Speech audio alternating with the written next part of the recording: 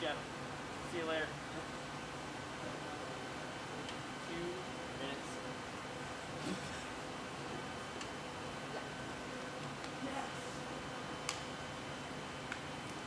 Yeah, you need to do a rah, rah, rah. Right, shake. Yeah, shake it out. Shake it out. People are like,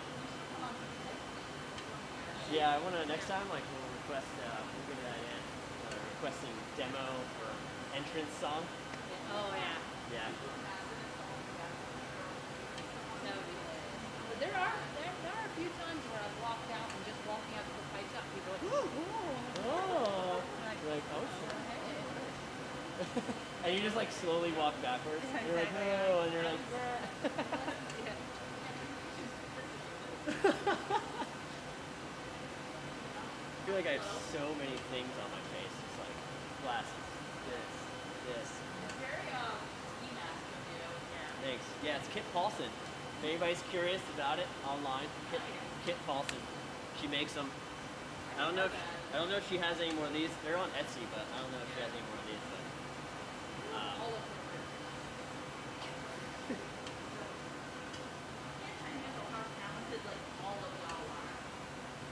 oh, we try. All right. Go time. Well, just wait for the image to pop up. Whenever Jason's on. Oh, I wasn't sure. But the batteries. I put new ones in. Yeah, the other one had 3 bars. I was like, eh. The last thing we need is that.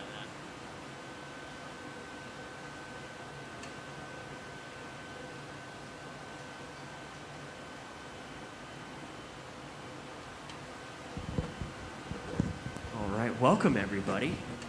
How y'all doing? Great, awesome. Thanks for joining us here in the amphitheater. My name is Jason Hitchcock. I'm going to do a live demonstration. This is my first one. It's going to be pretty exciting. Yeah, so I'll be doing a flame working demonstration. I have examples right here in front of you. So I'll be doing seahorses with the, it's kind of like the seaweed. It will later be attached to this base later on once it's all finished up and cooled down, but I will be demonstrating at least this part. Helen over here, she'll be helping me out. Helen Tegler, yeah. Hi, everybody. Thank you.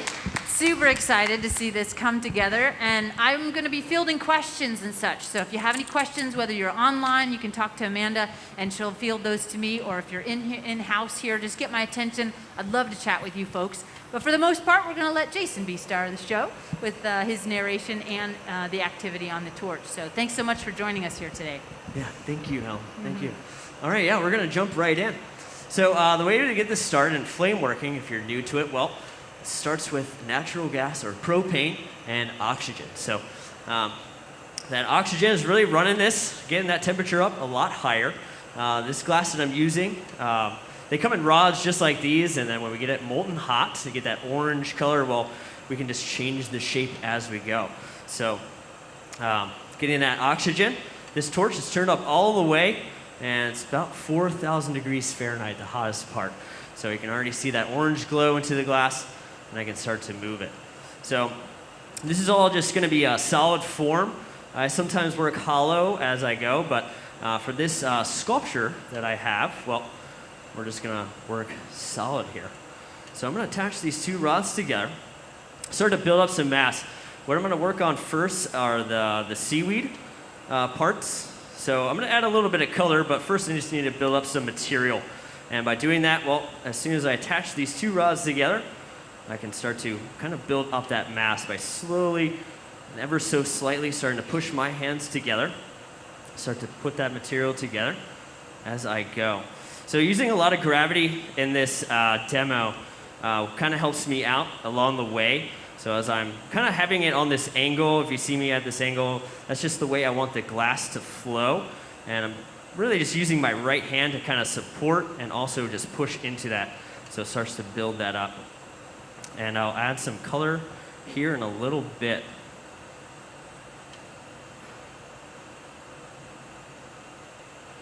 So I got some colors here on the table. We got agua azul, Be using some amber purple as well, and one of my favorites, other than amber purple, will be adventuring green. So the agua will be for the seaweed, and then the amber purple and adventuring green will be for the seahorses. So I have one seahorse that's already prepped up, which is staying warm in the annealer, which is right over there next to me. And that's keep staying warm at 1050 degrees Fahrenheit. So I got the material I need to do this. So I'm gonna get this color ready. I'm gonna let this cool down so it stiffens up. And I'm gonna do a technique that they call color coiling. So wrapping the color around this. It also just gives it a nice clean blanket. So it's a good example right here in front of you. If you wanna check that out. So I'll do a mixture of that. And you can kind of see the amber purple and what I'll be doing on the other one right over here. So those will be for the seahorses. So kind of like a mix of those two, kind of just put together with the colors. All right. So I start to attach this on. So this will pretty much act as like a really hot paintbrush, if you think about it that way. Just kind of applying that heat right on the rod. That's the only thing I want to move. And as I'm going around, you might see that I'm overlapping it just a little bit, just because I want a nice clean blanket. I don't want any of that clear to seep through. And this is, I like to do this because one, I don't have to melt down this whole color rod. This actually saves a lot of material in the long run. So there's a lot of ways you can add color. You can do stripes, you can do dots, things like that. This I kind of get, nice consistency all the way around. So it covers it up as I go. So I'll work my way all the way to the front.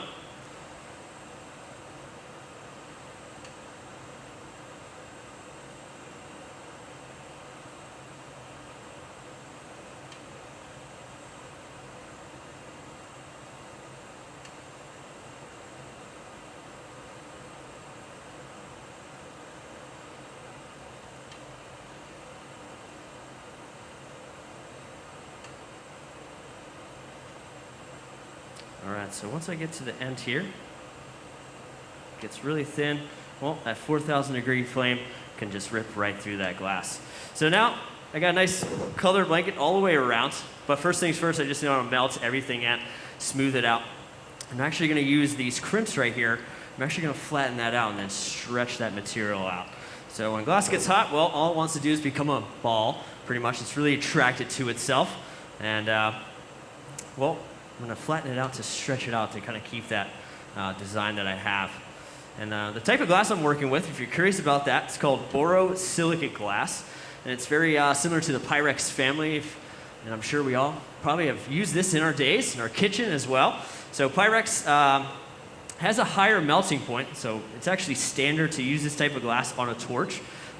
So it melts around 3,500 degrees Fahrenheit. So this torch does the job. And it also doesn't have that thermal shock that other glass has. So with that meaning, they added a little bit of boron to the mixture. So there's a lot of glass out there, and there's a little ingredient that they mix. So all glass have like their certain properties to them, their ingredients that make them all different. So the difference between this glass, they add a little boron, so it actually is a temperature-tolerant material. So when you're at home, even your Pyrex fan, you can put it in your oven, you can take it out of your oven. It's completely fine. Same with this type of glass. So as I'm working with it, just keep it in mind, as I'm heating up certain parts and other parts are getting cold, I don't have to worry about that cooling down too fast, cracking and breaking, things like that. It's a wonderful material, one of my favorites. So I got this all melted in, it's all smoothed out. So I'm gonna go ahead and smush this down. It's not perfectly round, that's okay. I'm gonna be stretching it out anyway. So here we go, so straight up and down. I can use my crimps, smush that right out. So I wanna keep all that heat in there. I don't wanna lose all that. And I wanna attach another handle to stretch this out.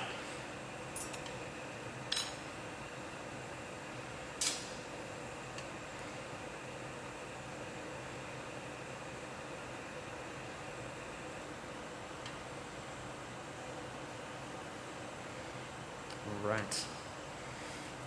So the glass is always going to tell me when it's ready to go. So as I'm doing this, as I do this technique of stretching all this out, it's really kind of like a tug and pull.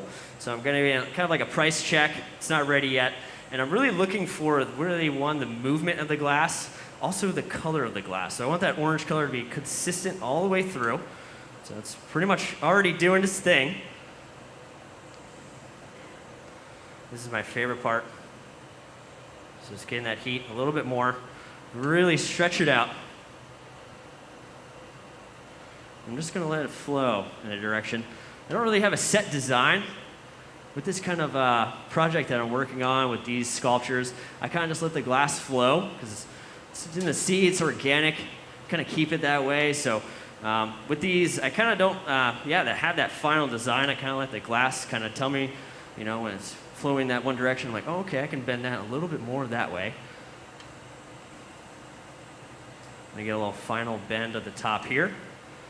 And I'm pretty happy with that. So there we go, we got one. So I'm going to take this off of here. So I'll make another one here in a little bit. So just focusing my heat right at the top. There we go. And before I put it away, the one technique I love doing for this whole sculpture, keeping everything in place, kind of building it up, kind of like a little puzzle piece, is doing these bridges. So these bridges, I'm going to attach this little bit of glass to the bottom and to the top. So as I'm attaching pieces, I don't have to worry about things moving around. Pretty much becomes a support system, if you want to call it that. And it's a wonderful technique that I actually learned when I went to college. So I learned how to flamework and also blow glass at Salem Community College. So I've been working with glass for about 8 years. But I remember trying to build like a tree. That was like one of my first things I ever tried to do. And then, well, as I was attaching branches, things like that, things started to move around. And I asked my teacher, which is Amy Lemaire, and she taught me this bridging system where everything, once you attach these temporary handles, basically, they can kind of keep everything from wanting to move around. And then at the end, well, these all come off. So it kind of like reveals that true piece. So this is the first one. I'm going to pop this away, keep it nice and warm into the annealer. And then we'll prep that second one.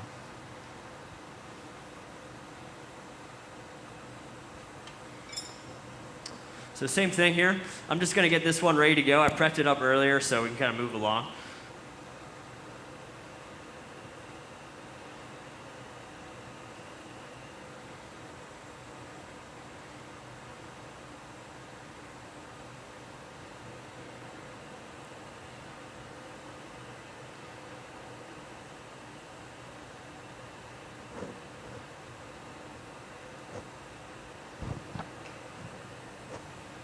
So while Jason is getting the second one prepped, do we have any questions so far here in the audience? Yes?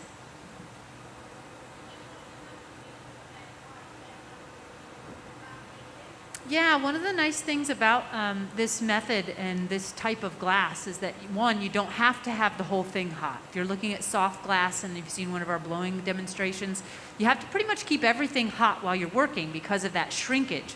But with this, you don't necessarily need to because it's not as susceptible to that expansion contraction. So you can put intense heat in one area and keep it cool in another. But glass in general, it's not really going to hold that heat. It wants to dissipate the heat. So it's not going to end up being hot where he's holding it. But it does get a little tricky. If you don't keep track of what you've had in the flame and you set something down and you grab it in the wrong place, if it's not glowing, it's kind of hard to identify that. So that is a common way to get a little burn. But in general, he's got himself really well organized. He's got all of his rods laid out in a nice fashion so that he always puts the hot end down away from him. And you just set up those kind of safe working habits and you have less likelihood of getting bit by the glass. Great question, though. Any other curiosities? Yes?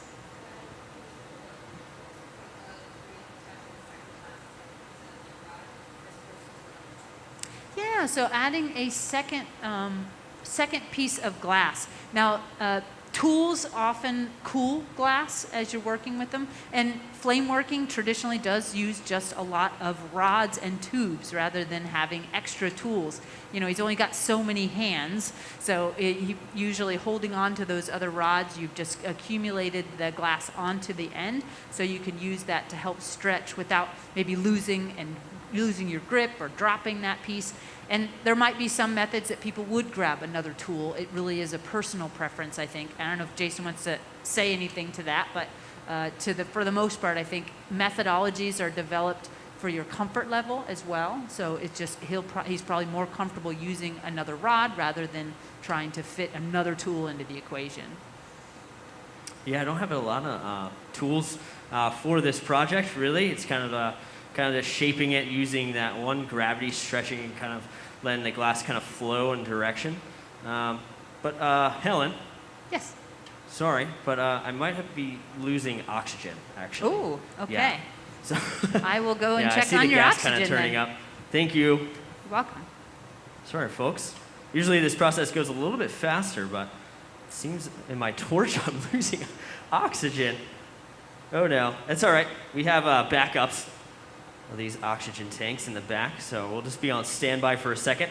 But yeah, talking about the tools and things like that, you'll kind of see as I'm putting this together, it's really kind of like a free design with it, kind of keeping it organic. There's going to be some tools to get some of the texture, so like the fins, if you see that, or ridges or things like that. If I want to, I have those crimps ready to go. But yeah, hopefully we get some oxygen in here. We'll shut that off for right now. But we can just talk for a second, though. That's totally fine. That happens on your first demo all the time. Yeah, we're here. So I'm going to check with the torch as well as we go along, just to make sure. I know Helen's on it. Thanks, Helen. Oh, I hear it. There it is.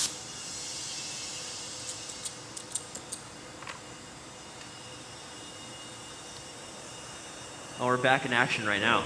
Yeah. All right. Yay for oxygen. Thanks, Helen. Appreciate it. There's always something for a first demo, right? Kind of keeps you on your feet, right? Yeah. Awesome. All right. Yeah, sorry about that, folks. We'll be okay. So yeah, here we go. We're going to get that second one going here. And usually, yeah, that heat, that oxygen, yeah, super, super important to get that heat into that glass. Also, with the heat as well, you're probably wondering, I'm not wearing any gloves or things like that. So the way these are made, we get them from different distributors around the world, this type of glass. They usually come in like 4 feet sections, and then we cut them down to be just like working size. But they're poor conductors of heat the way they are made. So they come in all different diameters, as you can see as I'm working through. But where my hands are, perfectly comfortable.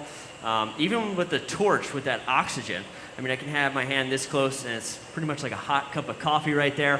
But also, as you go along, you kind of get used to that heat and everything along the way.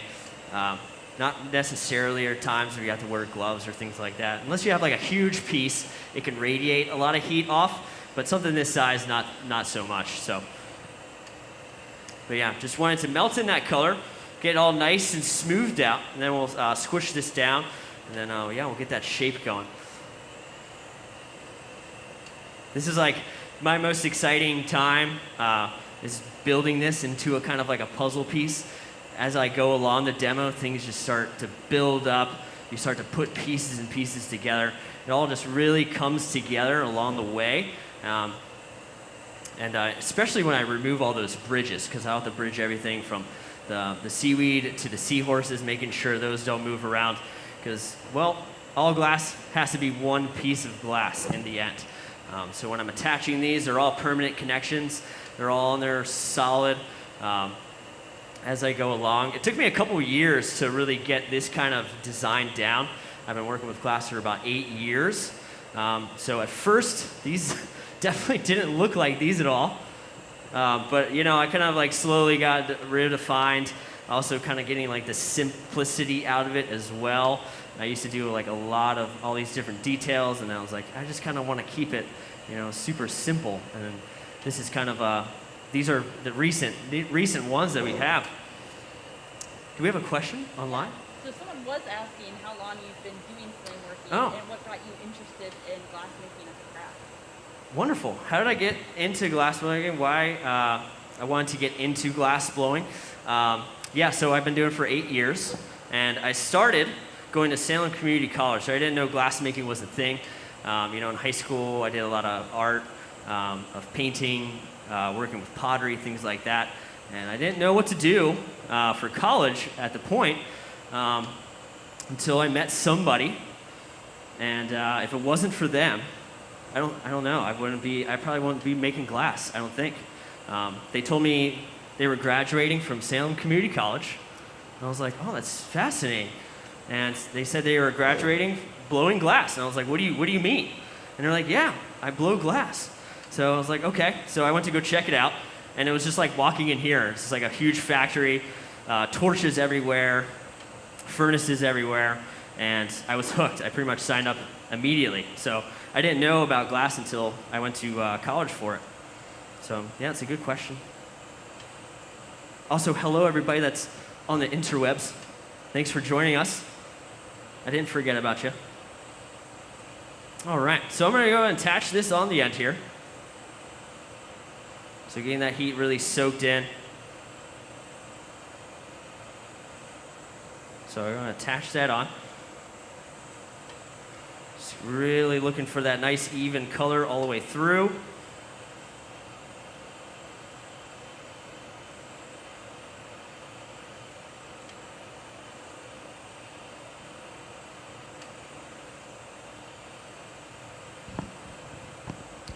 There's actually an artist that kind of got me into this kind of movement in the glass. David Colton, he actually does this in hollow forms, believe it or not. We had a piece of his in our gallery upstairs.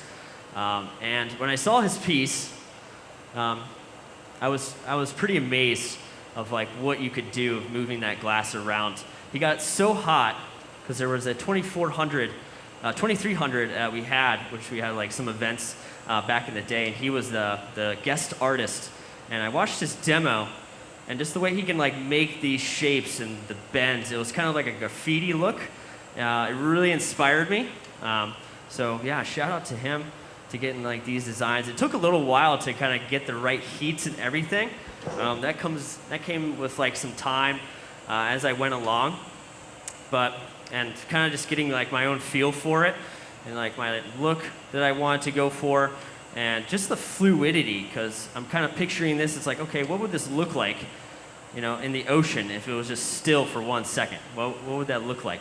And this is kind of my thought through it as I go. So really kind of just going free with it, free hand. But watching David Colton, that was a pretty neat treat to see.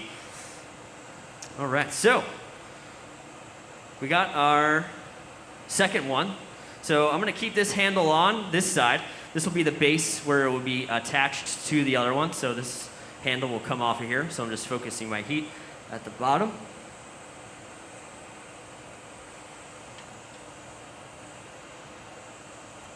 So I'm just going to try to strip off all that clear glass, kind of just clean that up a bit.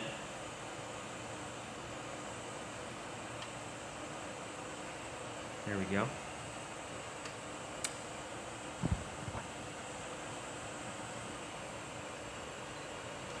All right, so this can hang out for just a second. I'm gonna go grab the other one.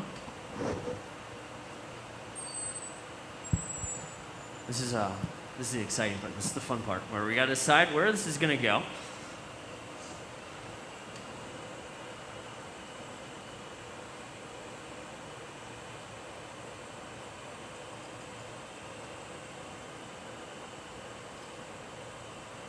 Kind of like that. Yeah. So again, freehand, it's kind of like I have that plan, but this is the fun part. It's kind of like, all right, where can these go? You kind of mix it up in different places. Even if you make like 10 of these, what could you do with all that? So This is where we attach. So this is where that bridging really comes into play. So if I heated this one up, it's going to start to move around. Don't want that happening. But this I really want attached. I'm applying heat on both surfaces because I want that glass to fuse together. I want it to flow together to be all one piece of glass. So this is what we got to do. Let's heat up both surfaces. The glass just flows together. So just going to hold it there for 1 second. We had a great question out in the audience of why you would add oxygen to your flame. So in general, oxygen will make things hotter. If you just have propane or natural gas burning on their own, of course they'll get hot, but it's the introduction of that oxygen that really boosts the ability to get the high temperatures needed to melt this glass and really any glass as a general rule. Great question. Yeah, it's a really good question. So I think then the way that he's constructing this, you can see how it's also really helpful to have not another tool involved. He's able to attach the glass piece and then melt that part away, or use the residual that's on that secondary rod to either add or take away a little bit as you work as well. Where if you had a tool that you grabbed the glass with, then you'd have a chunk of glass you had to remove and clean up for that. So I think it's just another time saver as well. Yep, so I'm going ahead and bridging this right up. And I'm going to focus my time just on that connection. Just want to smooth out that glass just a little bit. I connected it on there, but there are what we call like acute angles. So it's almost like those dark spots when you heat it up. It's almost those crevices. Those aren't really being melted all the way through. There's just a lot of stress in that connection point. And right now I'm kind of just focusing a small flame just to make sure those are melted in, smoothed out. So it really kind of just looks like it's all one piece. So this torch is, yeah, it's kind of like a 2-in-1 torch, which is nice. You can do any scale of work. Really when it comes to flame working, we're working more like intricate design work. Not really like heavy pieces. We're not gathering up all this glass. But really we can work any scale. So like what I'm doing right here, you know, I can build off of this. I can go as big as I want. So you have like a huge tall form or wide form. Even with that borosilicate glass, I don't have to worry about thermal shock. I'm able to kind of focus my heat and attention, and I have to keep everything warm the whole entire time. But yeah, this torch, yeah, you can really work really small and also really big. So it's a great beginner torch. This is the torch I learned with at Salem Community College, and I loved it ever since. I even got my own. I got my own little setup at home, which is nice because I just got pretty addicted to it. After college, I moved to the beach, and I started to really make these sea creatures, getting into that because I was just kind of like in that environment, you would say, and trying to watch a lot of YouTube videos like we're all doing right now, kind of getting the technicality of those steps and things like, okay, how do I make a seahorse? I kind of just watched demos or looked at pictures, kind of got myself in that groove of like what to do. I'm just going to pop this away. This is all set. We can start to work on the seahorses now. But yeah, thank you. Appreciate it. Super exciting, yeah. Yeah, someone had a question too of like, what skill level would you consider making a seahorse from like beginner to advanced? Skill level, what kind of skill level they need to be to get started? For me, I like to, I like to just jump into things. I don't know if that really is a great answer for that. But for me, I really just wanted to learn how to I started out making sea turtles. So sea turtles were my first kind of sea creature, and then I was like, okay, I want to do other creatures. So it's really just going for it, I'd say. Yeah, kind of like just, you know the steps to certain things. This is kind of like, okay, how can I make this seahorse? And I'll run through the steps right now, but it definitely took some time. One thing I think it's really fantastic, we're in such an age of communication that you can just sit for hours and look up artists from all over the world and watch what they do and be able to learn from that. And that's a relatively new concept in the world of creative glassmaking like this. So I want to also remind everybody that this is one of our Bring the Heat live streams. So of course, obviously we're online, but this will eventually be archived on our website. And we have thousands of hours of visiting artists, special programming, all sorts of amazing things that have been put onto our website. So even us as an organization has become one of those hubs of information for people to come to and be able to learn and build those skills. And of course, having lots of classes and workshops that are also available. This is one of the greatest places to come and learn and take those classes. So check out online, check our social media. We post a lot of things. We have a lot of Bring the Heat events coming up throughout the fall and the spring. We have our You Design It program coming up this fall. We just had our first one this past weekend. So lots of potential online activity for you throughout the cold winter months. So tune in and continue to learn. Yeah, I definitely utilize my time quite a bit online, for sure. Almost, I guess I could call out the Torch Talk on Facebook. That's a great one. A lot of people, we kind of really just help each other out. We support each other through flame working, even glass blowing as well. It's I like to say, because we're one in Corning and there's a bunch of glass everywhere, there's the glass artists everywhere, we're kind of like a community. So Torch Talk was also a little bit of a community feel. So, you know, if you're trying to figure something out or, you know, have a question about something, like we were all, like everybody was there. Even when I was in school, you know, sometimes I just sat next to somebody, just talked to them, got to know them a little bit, and really they would walk through the steps. Yeah, it was really nice. So we definitely utilized each other, and also YouTube. When I was at the beach, I think I was like the only. A lot of people were like, "What is glass? Like that's glass?" And I'm like, yeah. I was pretty much like the only glass artist there, and I was just doing my own thing. But yeah, the whole time I was really utilizing YouTube of kind of getting those techniques down. And you know, the first seahorses, I look back and I'm like, oh no, for sure. But you know, when I moved here at Corning, you know, I met some great artists, like even working here, taking classes, and yeah, they've been like a huge help along the way. So when I moved here, I feel like my skills and kind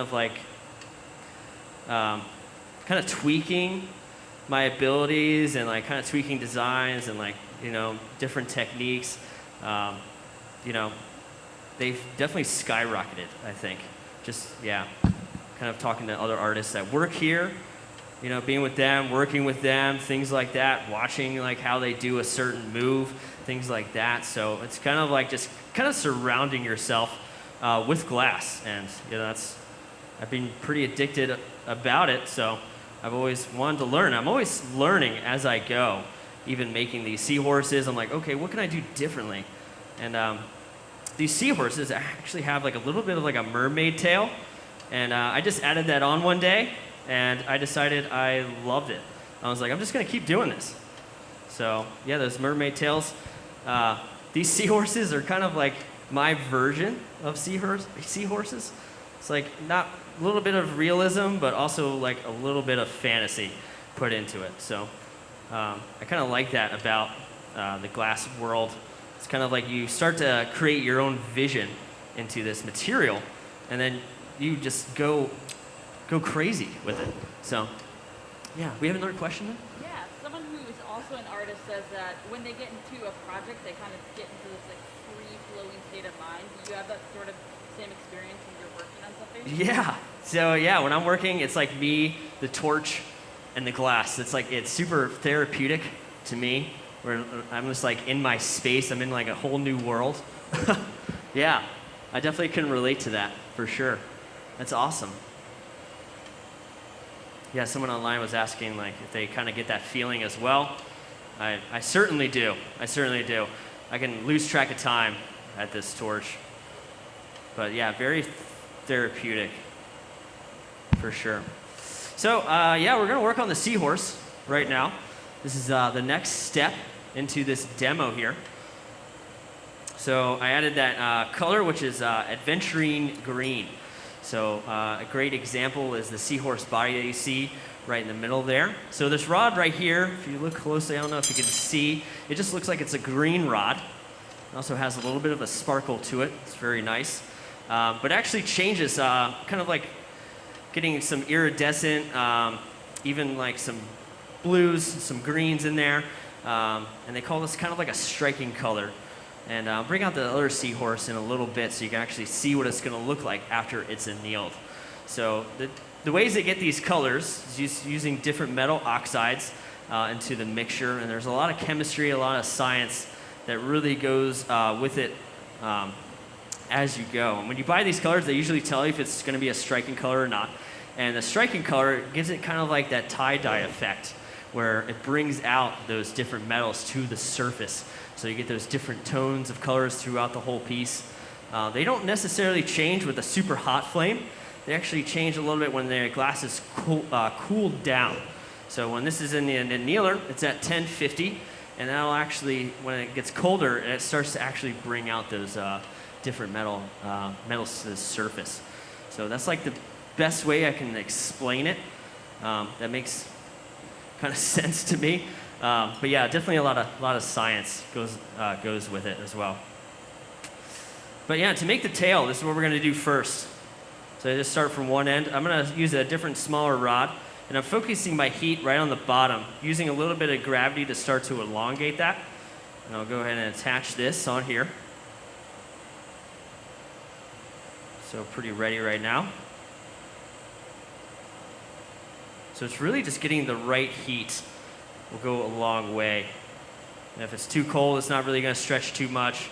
Or if it's colder in some spots, you know, that part's not going to really stretch out. So I want to get a nice even heat all the way around. And I don't want to pull too soon. So we're getting the right heat. So letting it cool for just a second. But yeah, now we're ready to go. So just stretching it out to a nice length, twirling that around. So I'm going to stop right there. I'm happy with that. Doing moves like this, I found that's kind of like a one and done. Usually when I try to get this down, I couldn't get it a few times. I'd go back and try to bend it in some ways. Sometimes it was too thin, it would just collapse. But after a while, you get that heat down, that feel down, that muscle memory down, and that move is, it's just fluid at that point. All right, so just straightening that out. So I don't need to heat up so much for the head or the neck of the seahorse. So I'm going to just tone this down just a little bit, focus my heat on the top part for this seahorse. Get that a stretch. I actually do a little bit of clear glass for the head for the seahorse. I started to do color throughout the whole thing, but I felt like it kind of took it away. For me, I really do like the look of clear glass on pieces. Just so, like, you look at it and you're like, oh, okay, that's glass. You got that clear look in there. So I started to do that for the head. And also, with that clear, it kind of like reflects that color all the way through. It's kind of like a little window of that. So I'm just going to work on the neck of the seahorse for this.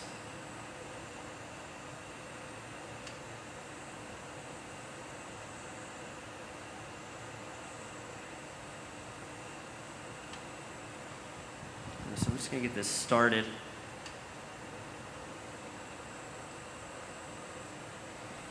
So I can focus my heat a little bit farther down. That clear can heat up a lot faster. Sometimes the colors are a little bit more dense. So that clear heats up fast. This color, since it's like an opaque, kind of takes a little while to get the heat in there. Just got a little bit more. We're almost there. There we go.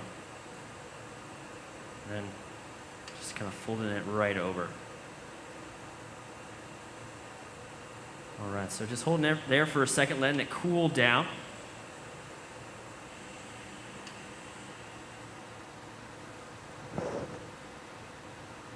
So I'm going to detach this rod. Get this off of here. We don't need that one anymore. Just cleaning that glass up. I swear I'm not a messy flame worker.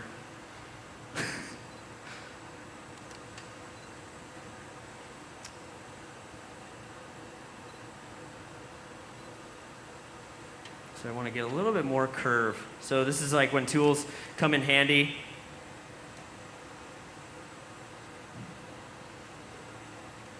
So there we go.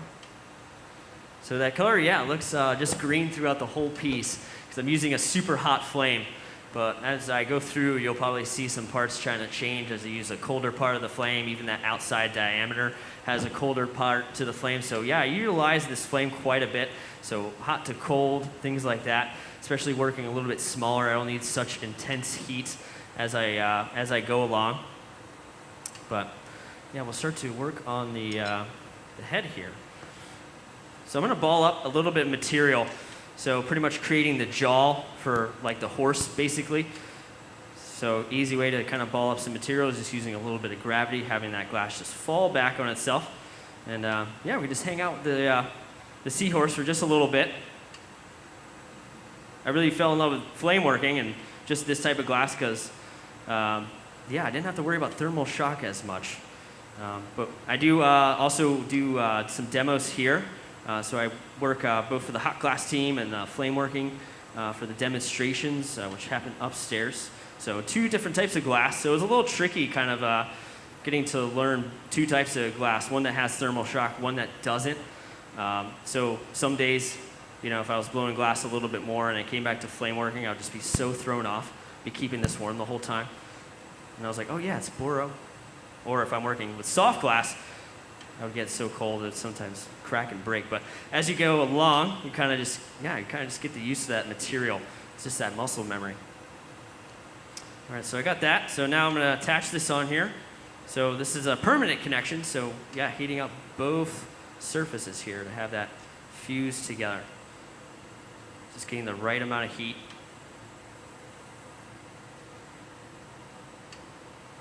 So get it on there for now.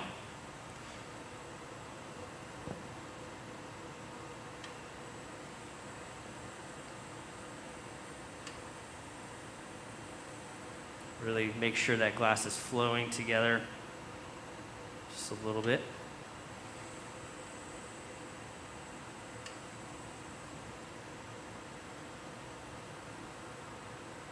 All right. So now I just need to focus my heat on just the nose of the seahorse.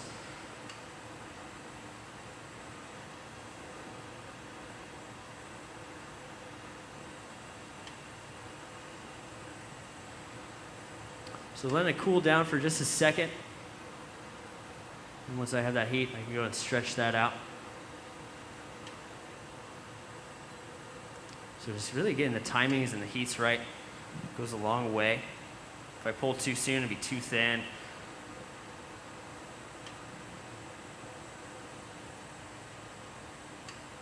All right. So I will finish up the nose there in just a second, but I will bridge this as well. So I will start to add the other details to this piece. So starting to do the fins, the horse's mane, things like that. So yeah, bridging just kind of just goes a long way, helping me out throughout the whole process, make sure nothing moves around, especially like adding the horse's mane. That neck is, you know, it's pretty thin. If I make those connections on there, make sure they're permanent, the neck can start to move around. And I started to do that in the beginning, and then I figured out, well, I can just bridge it, and then they can just stay still.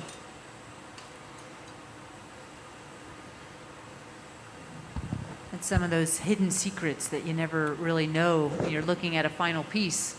All the prep and the hidden things that go into actually making the piece a success.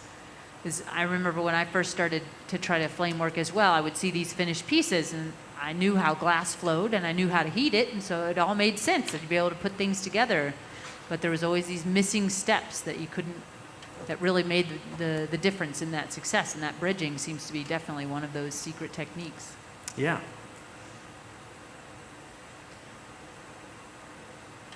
Does anybody have any questions out there? We got some questions. Yeah.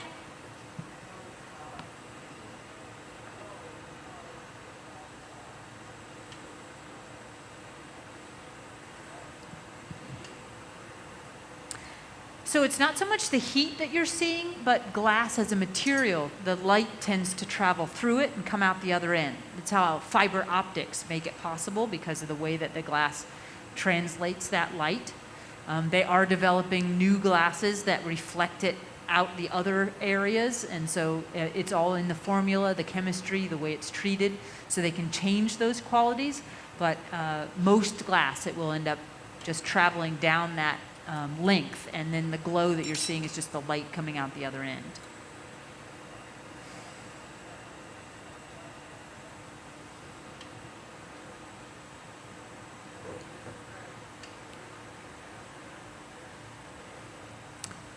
Yeah, I don't know that that's necessarily the case, the infrared. I think it's just an optical thing that's happening, so you wouldn't feel any heat coming from that light.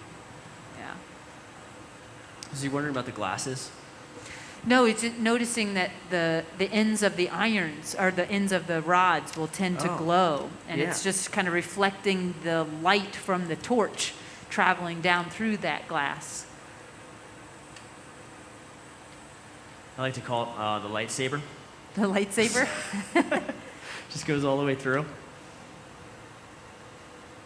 Kids love that. Kids love that. All right. So yeah, just getting that fit on there.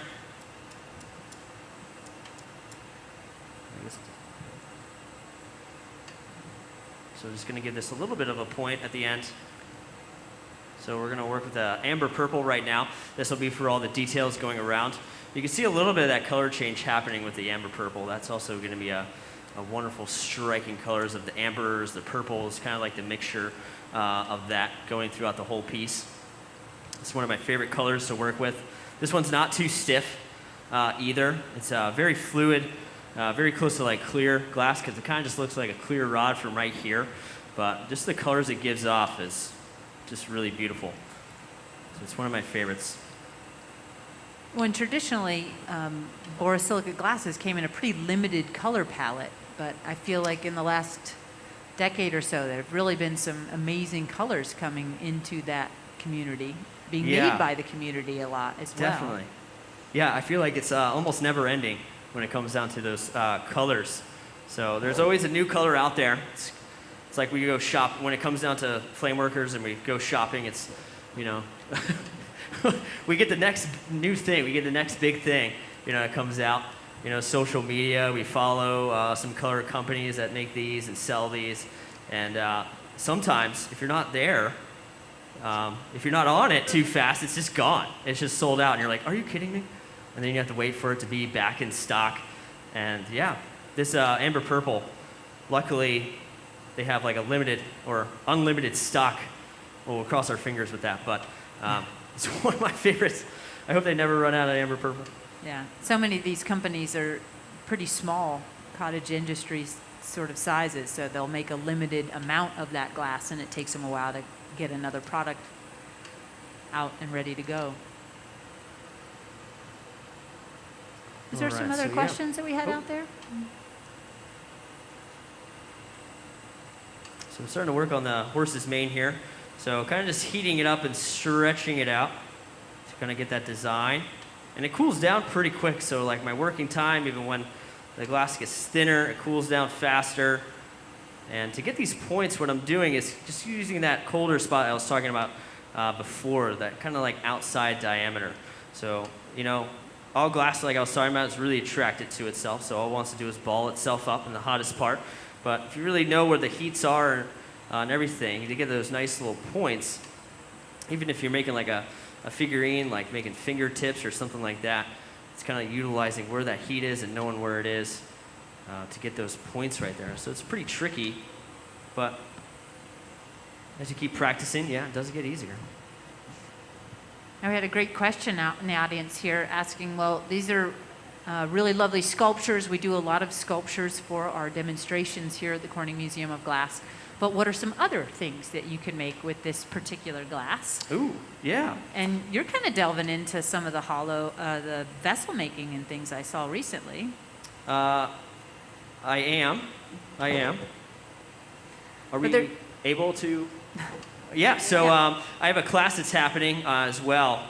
And really functional forms, I guess I would put it that way, Yep. for professional use. Yep. But functional forms I've been really getting into, and it's a huge thing that's kind of happening with the glass community. Yeah, so going into hollow tubing, making a lot of functional forms like that, I've really loved doing that. I have a class that's happening. That's a 10-week class. We just had our first one this past Tuesday, and that will go on for 9 more weeks, and then I have another weekend class teaching the same thing. So those classes, you can take them. You can go on our website, check those out. But I'm teaching functional forms in those classes, so it's kind of like an intermediate, but something I really love enjoying. There's a lot of art that goes into it, as well as kind of like the technicality of everything along the way. So that's pretty exciting. Yeah, it's a great question, for sure. And Salem Community College is one of the only places in the country to even learn scientific glass in general. Is that correct? That is correct. So, a lot of laboratories in big colleges will have their own small glass studio to be able to make the beakers and all the very complicated forms that come together with that. And so that is part of the offering of that university program, kind of shifting from both scientific and functional ware to sculptural and kind of bringing in different levels. But it's pretty exciting to see those changes and those shifts and all the amazing things that's been done with this material. When you start to scale up and start to work with beakers and some of the distilling equipment and things like that, they might even have a big lathe. So you would have very large-scale tubes and lathes that would turn that glass as you're bringing torches into it and using tools to squeeze in constrictions and widen open far ends on it. So I imagine there's probably some YouTube videos, like most places. You could find some really exciting images of that as well. But it is kind of amazing to see the scale that you can work with borosilicate glass, and because of that ability for it to be heated in one area and not in another, you can really scale up pretty big. I remember maybe a decade ago there was a few people that started making big goblets, and then the goblet makers in soft glass were looking at them and we're all like, well, why aren't they just making it in the hot shop? Why are they doing it on the torch? Why is it so much harder? But it's kind of a similar but very different technique, and each one has very unique qualities to the way that they're constructed and the way that the finished products even look. So we are in just such an exciting age, I think, for glass, and so many exciting, not only in the creative side, but also the technical side, the Corning Corporation developing all sorts of amazing technical glasses as well. Definitely, yeah. It's a growing thing, and it's not slowing down. That's for sure. Not slowing down. Believe it or not, I actually didn't take the scientific course at Salem Community College. I was actually intimidated by it. I was pretty nervous and scared. I just stuck with the art form. Yeah. But if I were to go back, I would take the scientific in a heartbeat, because what they can do is just fascinating. Just fascinating. And the tolerances necessary to create some of those apparatuses are just mind-blowing. Yeah, they are. Yeah. Upstairs in our near our kind of like corral section, right across from that, they talk about borosilicate glass. So if you want to check that out after this, you can. But it was first used for scientific apparatus. So making those test tubes, beakers, things like that. And then throughout the years, they also found it was great for the art form. So that kind of just like blew up. And then ever since, even today, like even making those functional forms, things like that, it's been a huge thing. And it's a wonderful art form. There's so many talented artists out there that really push the limits of this material. They're really inspiring, for sure. Yeah, I would definitely check that out. We just had a presentation. Eric Goldschmidt, which is another flame worker, he's upstairs, and some other artists, Micah Evans, Earl Jr., and this girl that I actually didn't know. Her name is Nicole Berger. She was on that presentation as well. But they kind of just talk about that experience, where things are at right now in the pipe making world, I would say, And it's a wonderful presentation. I would definitely recommend going to watch it. Everything on there, yeah, you can do all those live presentations. You can all see those on our YouTube channel. But I enjoyed tuning in on that one.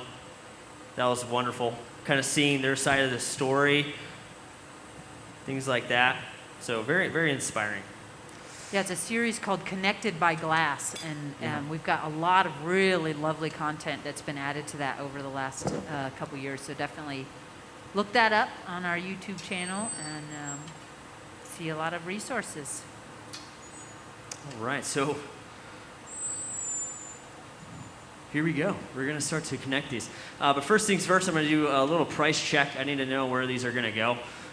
So I'd like to hold them up to see where they are going to go. I'm picturing one on this side and one on the other side. I don't know, should they face each other or be facing in one direction? It seems a little bit more community oriented to be facing each Yeah. other, right? Yeah, what do happy you all think family? out there? What do you all think? Facing? Kind of like this one right here? Like having a little conversation. Kind of going the same way. Okay, we'll go for it. Fantastic. I love the teamwork out there. All right, so one's going to go right there. So this will be popped away for just a second.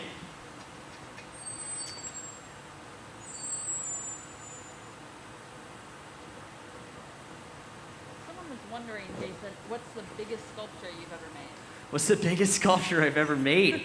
That's a great question. So the biggest sculpture I ever made was very similar to this, but it had I tried to fit everything in there. I was just like, okay, what kind of other coral pieces can I do? How far can I go with this? So I had different sea creatures, things like that, sharks. I had dolphins mixed in there, these seahorses, sea turtles, and just different coral and seaweed mixed in there. And it was just so busy, though.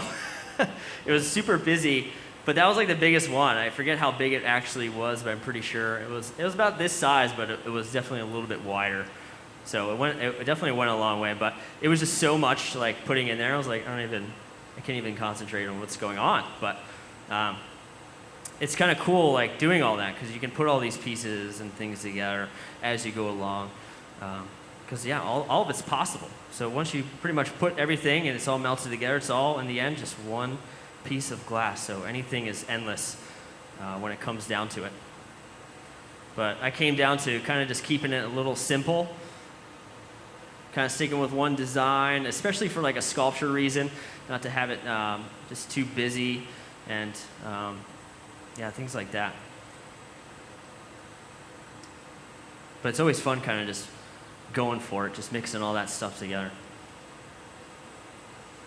All right, so I'm putting a little little node on here, but a little kind of like a glue bit that the seahorse will be attached to, so they don't pretty much attach to the seaweed itself. Kind of also sticks it out a little bit more, gives it more of a three-dimensional look, makes it kind of just pop right out. And it also just allows us to be a lot easier to connect in the long run. But this is kind of a commit moment. So just making sure I want it where it's going to be. It's going to go right on the body. So this is, again, where that bridging goes a long way.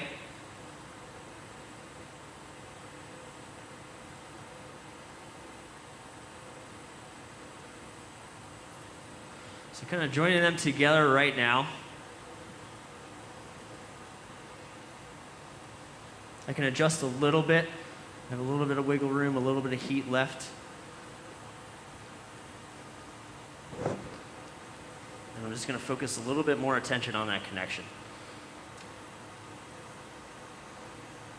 Just kind of smooth out that glass, let the glass flow together.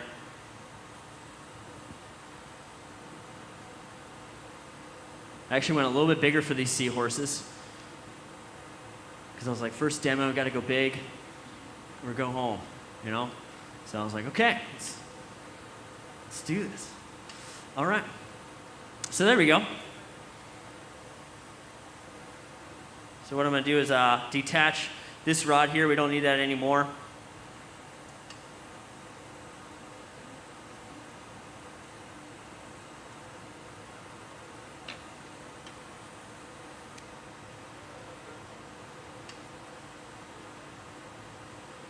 The last part I do will be those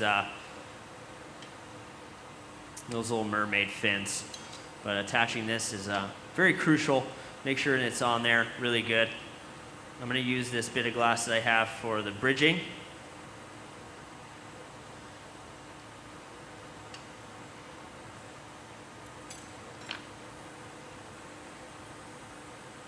So I bridge everything. I do bridge everything. It takes a little time, have to go in the back and forth, but in the end, it really saves you from things moving around. So you have to go back and fix it and adjust it. I know it's gonna stay still.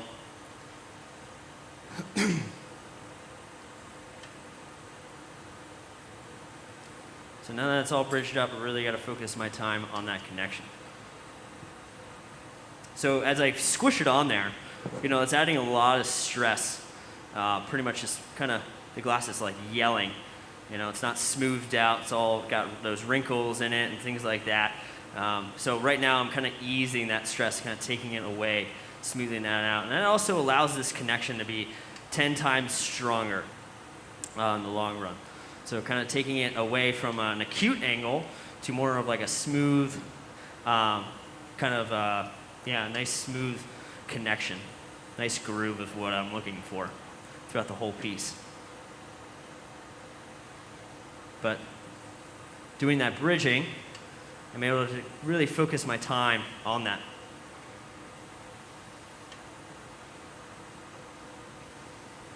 There we go. And to also make this a little bit more sturdy, what I've started to do now, and I didn't do before, it was a little too fragile. It's not attaching another bit of glass for the tail, because that's pretty thin, and it's also kind of just exposed. So what I like to do is add a little bit of glass in between that to kind of make a little bit of a stronger connection. So we're going to put just like a little bit of a glue bit in there.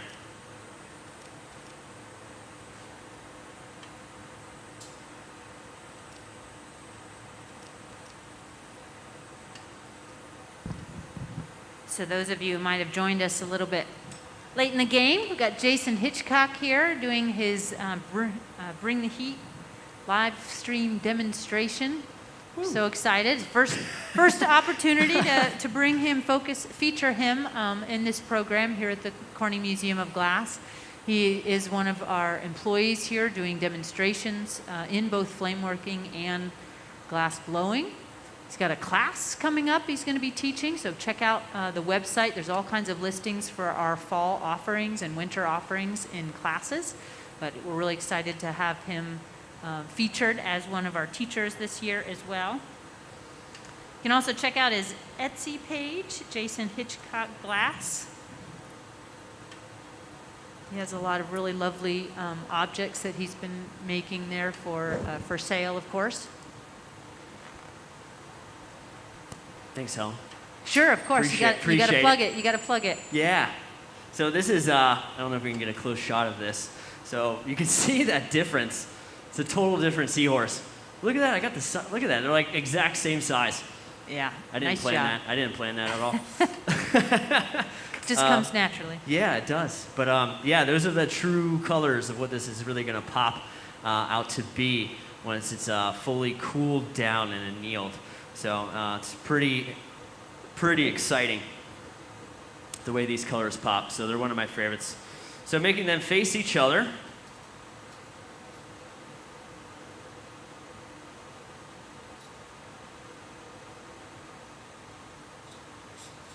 Kind of want to go a little bit higher. So I know it's going to go on that one. So I'm just going to pop this away for just 1 second. So going back and forth, but getting a plan is really useful and helpful along the way. Also makes the process go very smoothly. Sometimes when you don't have that plan, you kind of build up a lot of stress. You're like kind of flustered, not knowing what to do. It's always nice to have that glass babysitter over here to put parts away, give you a second to think about it. Yeah, yeah. And it's always nice you can like, put it away for a second and kind of just like chill. Like, okay, get a sip of water or something, and then come right back to it. Some projects that people make with borosilicate glass, they can take days because they're able to kind of bring it in and out of that oven. They don't have to get completed all at once. So something like this, I will have to come back to it because I actually leave a little bit of a glass rod, which will be going into that piece right there. So I will come back to this. I won't do that part just yet. I'll leave this handle on here. So that'll be the last thing, which will be tomorrow or sometime down the road there. But yeah, that's always having a plan. But fun fact with these glass rods, drill bits, there's a drill bit that actually matches the diameter of these glass rods. If that's important or not. But I found that out, and I was super excited where, you can just drill a hole right into that thing. And lava rocks are actually really easy to drill into. And I can stick it right in there. I always think that mounting and finishing projects like this are one of the most challenging aspects of it. So being able to plan ahead, leave that little bit of extra glass that that will fit down into the rock, or even the structure of, if you were just making a seahorse, he'd just fall on the table. But putting this beautiful structure around him gives him an environment. I'm a big fan of putting your creatures in an environment to help support them for their display. Yeah, I thought it was a good mix just with lava rock and glass. Yeah, it looks great. Yeah, a little bit of mixed media thing going on. Sometimes I do like a glass base for it, but I've noticed that, I kind of just like where it's just like that. It's just the main kind of focus to it, but the bases are a lot. They're strong, they're sturdy, they weigh a little bit more, so that's worked out. I've also used it like driftwood and things like that. But that lava rock kind of intertwines with just glass a little bit, I like to think, and it works out. All right, so here we go. Second one.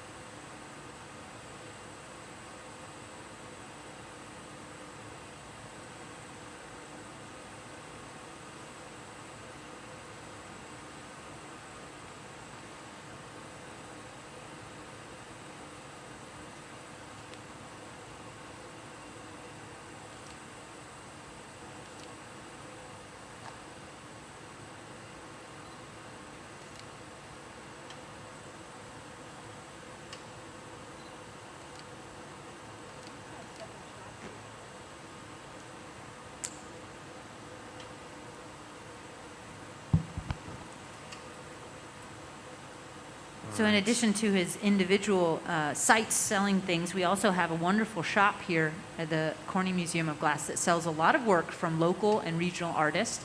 They've done an extra push towards supporting the local artists, especially in this very challenging past year and a half.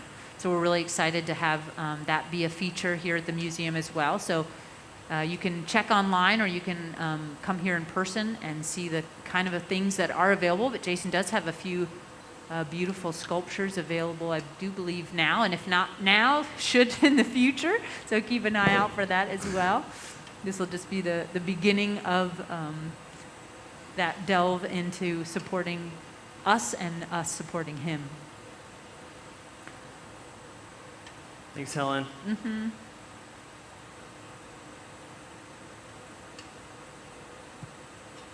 We're in the height of pumpkin season, of course, around here at the museum as well. So there's lots of holiday things that are coming up for sale. It's always something for everybody. Always something. That's right. All right, so I'm just going to quickly bridge this up. Don't want to take too much time, like letting that sit there and cool down just with that stress. Sometimes when the glass has stress in it and you come back with a hot flame, that can be a cause of cracking and breaking. along the way. So try to quickly bridge this up. I'm just going to do it right on the tail because I can kind of put that to a point as well. Hands are getting sweaty.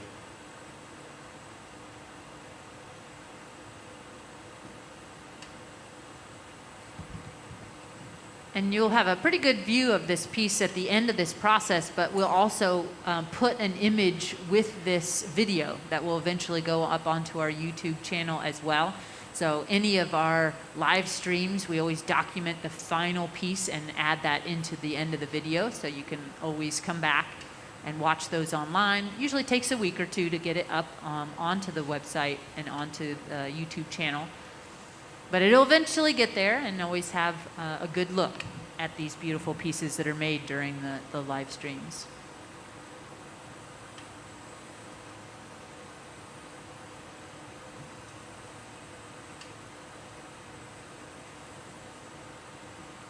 All right, so I'm going to get one more attachment right on the bottom here, just for this tail.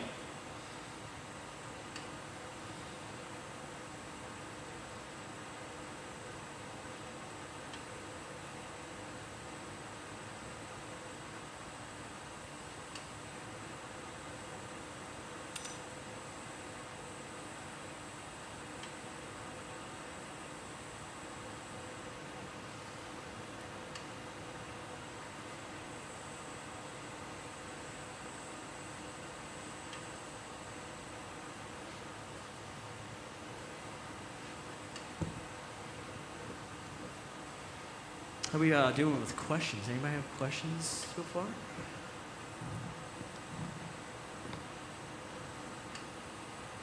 Everyone's just jaws are dropped. They don't. All right. It's always stunned silence. Well, we wanted to give I told you I'd give a shout out to your brothers, see if they're watching here today. Matt, Joe, Andrew, and Ben. Are you tuned in? Is the fam in here? The fam tuned in? But maybe. Mom, Dad, hi.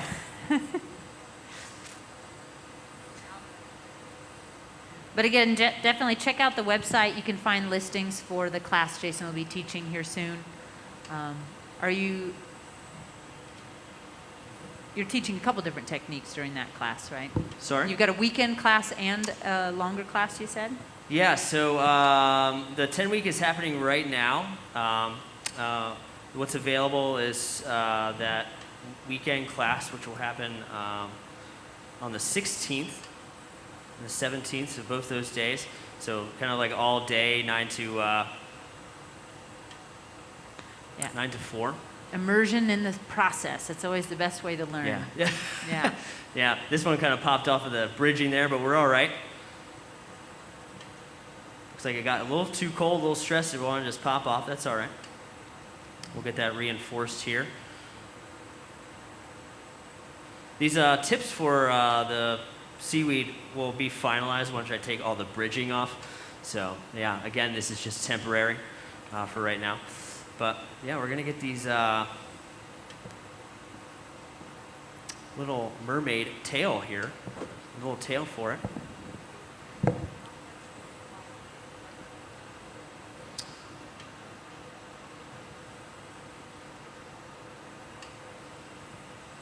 Did you ask how much it costs? Yeah, we get a question online. How much does it cost to get started in glass? And good question. Yeah, that's a very good question. It's not necessarily a cheap activity, but I think that torch working is a really approachable, cost-effective way of learning the process. It really is. With torch working, I was able to get my studio set up. You can kind of see the space I'm in, so you don't really need a lot of space to do it. And I started really small. I mean, the most expensive thing was probably this torch right here. So I got the Carlisle CC. There's other torches that are a little bit more inexpensive, a little bit cheaper than this one. So it depends on what kind of work you want to do. But this one, I just kind of fell in love because it's what I learned with. And it also does everything I need to do, small or big. And then, yeah, I kind of just started small. So I got a little bit of clear glass, a little bit of color, like some tweezers, which you can find anywhere. You can find these anywhere. And your striking tool, which, yeah, You need the striker to get that lit up, and then you're good to go. And propane and oxygen. So oxygen kind of goes up along the way, but propane tank, it's a normal grill tank. So if you're not grilling that day, you can flame work that day. Or you can do both. You can grill and then flame work in the afternoon. And that's one of the really nice things about going and taking a class, whether you're coming to the Corning Museum of Glass, the studio of the Corning Museum of Glass, or look up your local region. There's lots of shops that teach classes as well. So it's a great way to just give it a try and see if it's something that you would like to invest further in, whether to take further classes or to start to buy the equipment and support your own interests. But there's anywhere from a one-day workshop or a 45-minute experience all the way to a 2-week intensive. There's classes all over the country, all over the world, and lots of amazing artists just itching to share what they love with the community around them. All right, so getting these tails on here. Kind of a tight squeeze to get in there, but we'll get it done.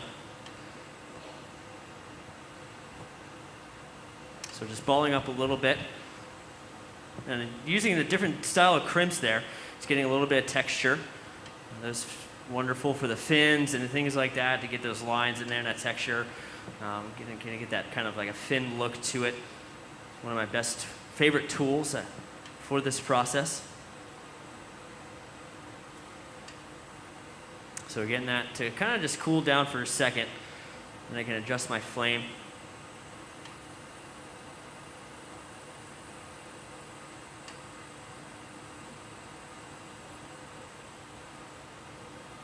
That was a little bit of a tricky angle right there. Sometimes I wish I was ambidextrous a little bit.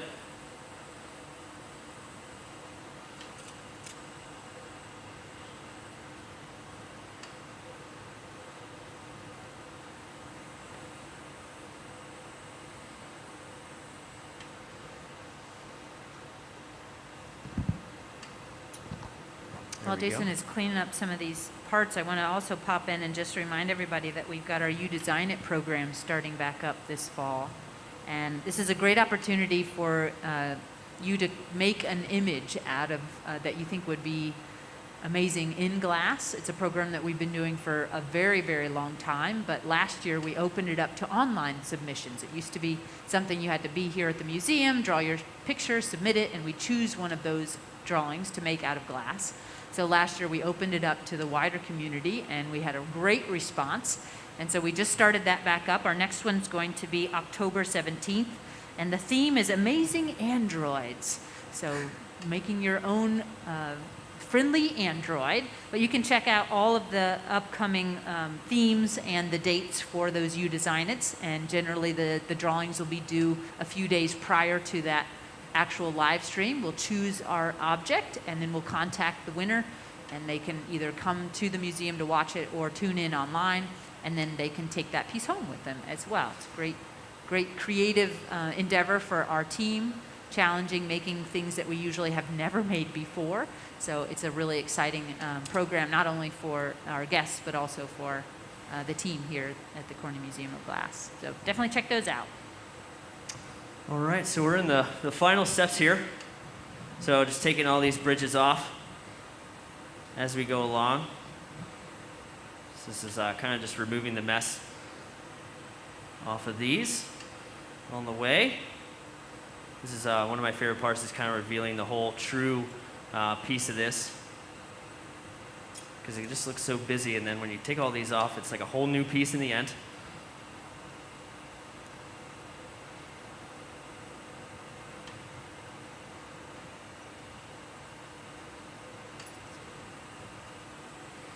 So the mouth for the seahorses, I'm going to use that butter knife. That'll be the one last tool to use. But, that's another not so expensive tool that you can find anywhere. It's getting these tools really.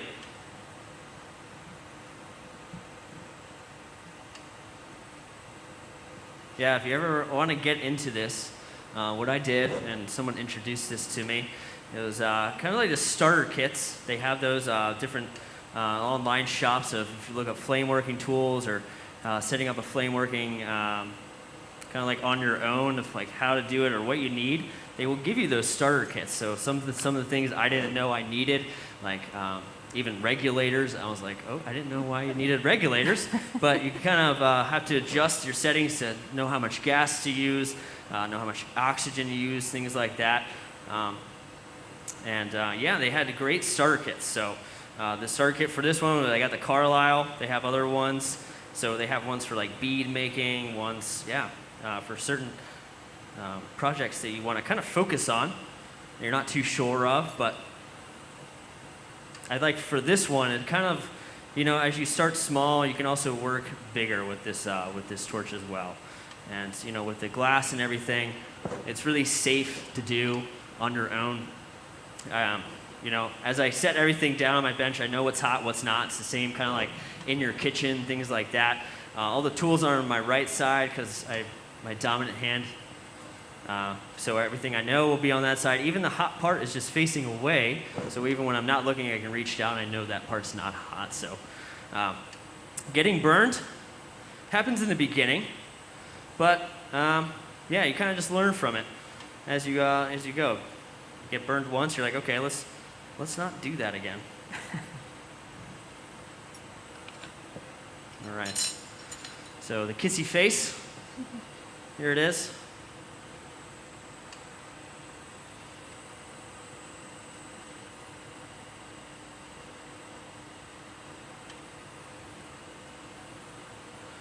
But there we have it. It's right there. Yeah. So I'm going to finish up some of these points here in a second, but thanks for joining everybody. It's been an adventure. It's been wonderful having everybody online. Thanks for coming on out and joining the show, but I appreciate y'all coming out to watch us. Not me. Yeah, it's been great. Thank you, Helen, as well. It's been a great pleasure. team effort. But, Great job. Yeah, thank you so much. Beautiful. Appreciate it. Yeah. Thank you. We did it. We did it. We did it. Yeah. Mom, we did it. I'm just going to stretch these out a little bit longer, and then I'll pop it away into the other. So yeah, the next thing will just be taking off a little bit of that rod and then sticking it into a base.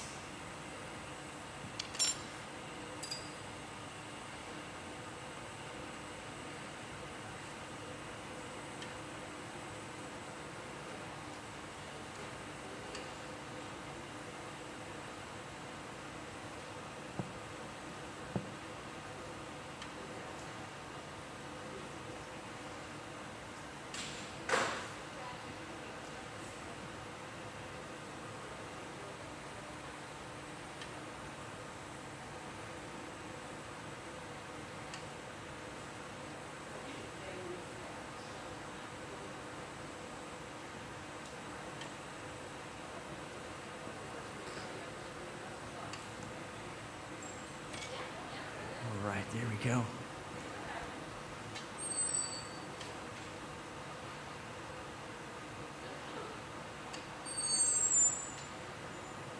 Awesome. Yeah, thank you. Appreciate it, everybody. Thanks.